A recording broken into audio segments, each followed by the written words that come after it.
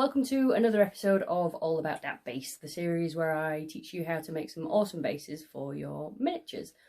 In today's episode, I'm going to be showing you how to make a pirate's cave. Now, this idea actually came from someone in a Facebook group. He had a miniature that was posed as if stepping down into something, and he wanted it to be a kind of a piratey theme, but he wasn't sure what to do. So I asked him if it was okay for me to have a bash and create something for him, and that's how this base came about. Now, when I mentioned on Facebook that I had some ideas that I was working on, and I asked some of my followers which one they wanted to see next, and this one was the one that was requested.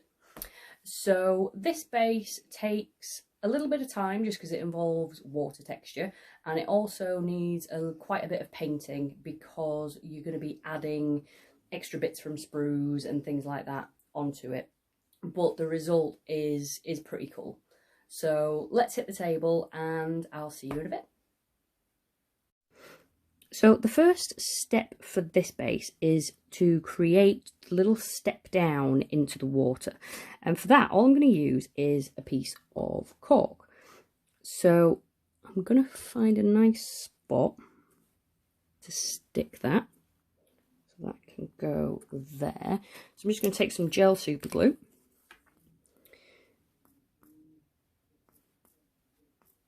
And when it eventually decides it wants to come out the tube, there we go. I'm just going to put some of that on there.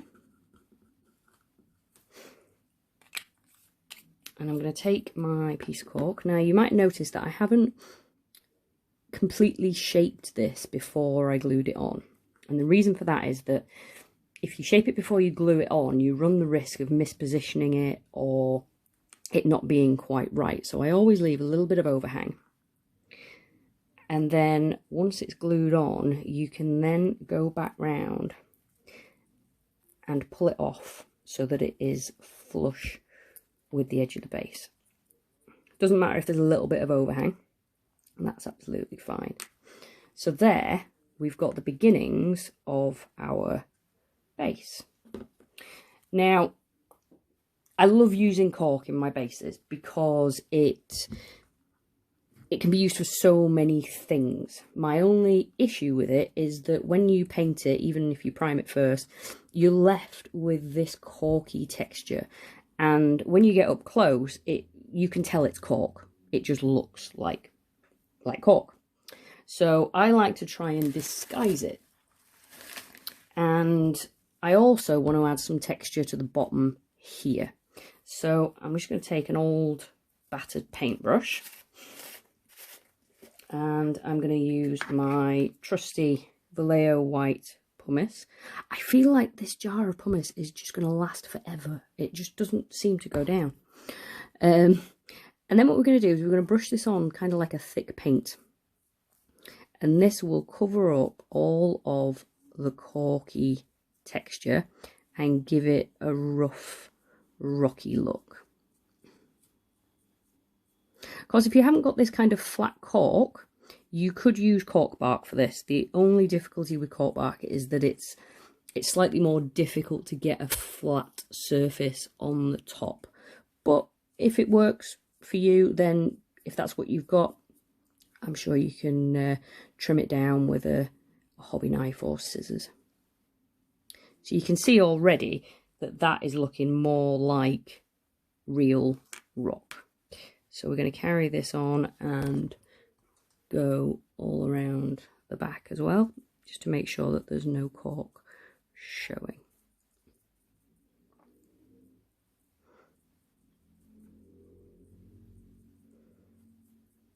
But yeah, I do recommend you definitely use an old brush for this, because this texture paint will damage the bristles. I've actually got a set of old paintbrushes that I solely use for basing purposes. So then we're going to build up this. So again, we're just going to use our old brush and just start applying more of it. And what I'm doing is I'm aiming for it to be thicker up near the step and then kind of spreading out to being almost just a thin layer of paint further out, just to make it look like a natural cave entrance.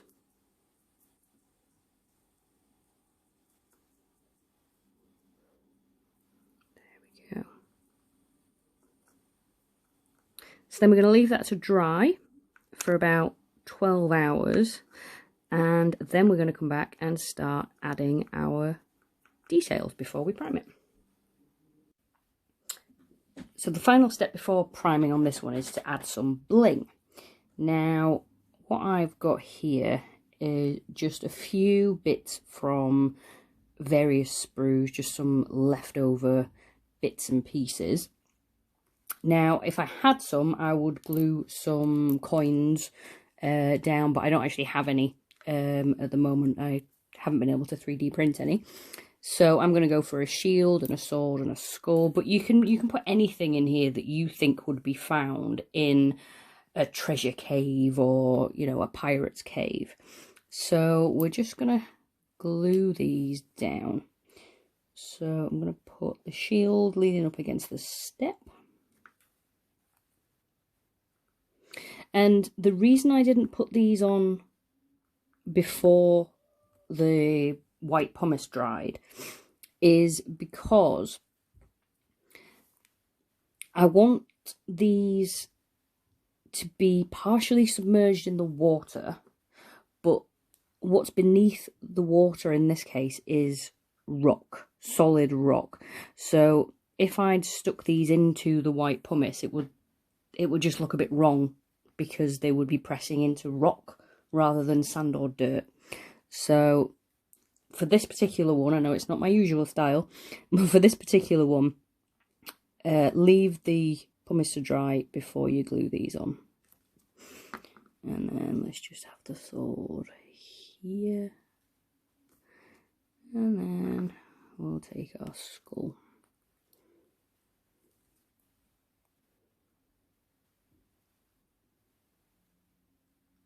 There we go. And once the glue's dried, that's ready for priming. So I'll be back in a bit to show you the next step. So I've primed this in black, and then what I've done is I've painted all the little bits that I stuck on. I didn't see the point in filming that bit because chances are you're going to be gluing different things to your bases. And I'm not a brilliant painter by any stretch of the imagination, so I didn't really want any of this tutorial to be taken up by bad painting. So the next step is to add some dry brushing to all of the black rock. Now, I will show you at the end another version of this that I've made where I've done it slightly differently. But for this one, I'm just going to stick with a normal neutral kind of rock colour. So I'm going in first with some Dawnstone Grey. And I'm just going to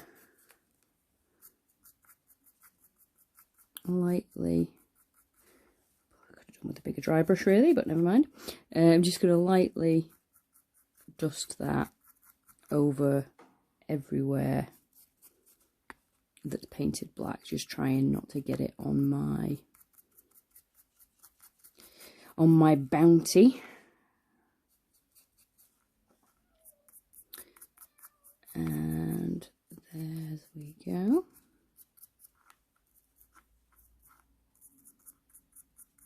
So then we're going to go slightly lighter again with some Administratum Grey.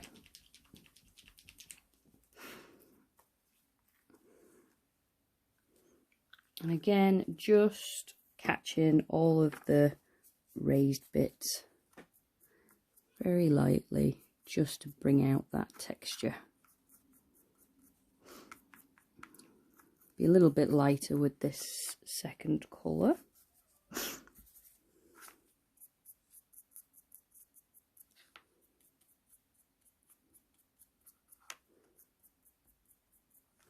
There we go. So now we are ready for our water. So I'm using my normal Vallejo still water, and I'm going to colour it. Now, I've found that the best way to colour water texture is by using inks, because they keep the transparency but just give it a nice hint of colour. And again, this is personal choice. You can use whatever colour you want.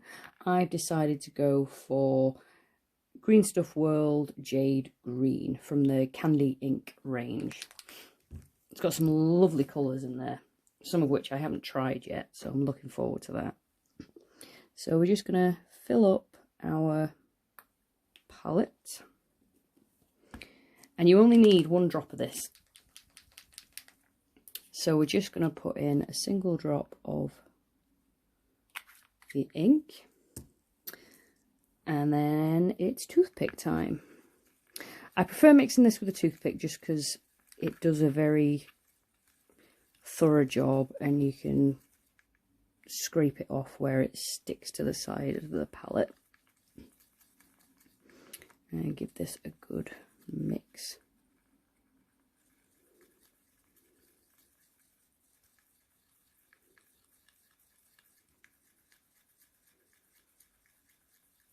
There we go. And then we are going to take a pipette, which I've helpfully dropped on the floor.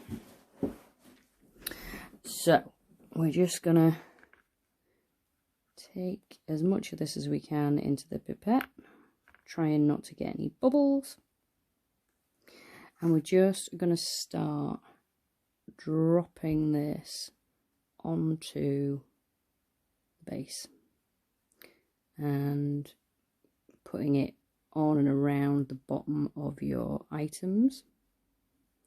Just being really careful when you get to the edges.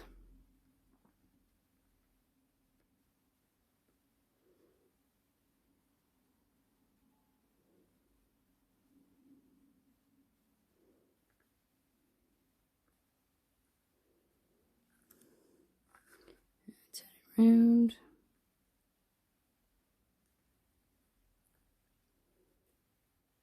And then you can gradually add a drop at a time to the middle, and it will naturally flood outwards towards the edges.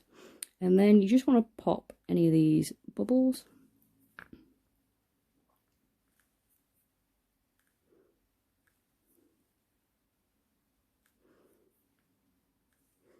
And if you've got any bits near the edge that haven't quite got the water on, you can just use the tip of the toothpick very carefully to just move the water stuff around. Now, this is going to need at least 2 coats, because when the water texture dries, it will shrink. So I always do 1 relatively thin coat, let it dry, and then see what it looks like and decide whether I think it's going to need another 1 coat or another 2 coats. So I'm going to leave this overnight, and then I will do the extra coats, and then when we come back I'll tell you how many extra coats I had to do. So I only actually had to do 2 layers on this one. And I don't know if you can see it on the camera, I actually got a cat hair stuck in it, which is brilliant. But this is the end result. So you can see that that hint of colour in the water texture has really made a difference. And you can still see all the texture of the stone effect underneath. So that's one version. But my first version, and granted I'm not massively happy with the first one I did, but this just kind of shows you a different effect that you can do. Please excuse the dog barking outside. He is barking at a builder, I think. So with this one, I've tried to make this one a bit more fairy tale like. I'm not happy with the coins. But what I did with this one is that I dry brushed the bottom here with gold and silver, and I added a little bit of glitter to the water texture. So that's just another option. But of course you can make the water whatever colour you want. You can dry brush in whatever colour you want. So you could base an entire army with this and have them with slightly different coloured bases. There's loads of different options. So there you go. That is my Pirate Cave base. Now, obviously, as I've said, you can do whatever you want with this idea. You can put piles of gold in there, you can add glitter to it. So it's a really, really versatile idea. I hope you enjoyed this video and that you found it useful. And if you did, please give it a thumbs up and consider subscribing to the channel. And that way you'll be notified whenever I release new content. And my Facebook and Instagram links are down in the description. And if you want to leave me a comment, just put it down in the comment section and I will get back to you as soon as I can. And I will be back on Wednesday. So until then, happy hobbying.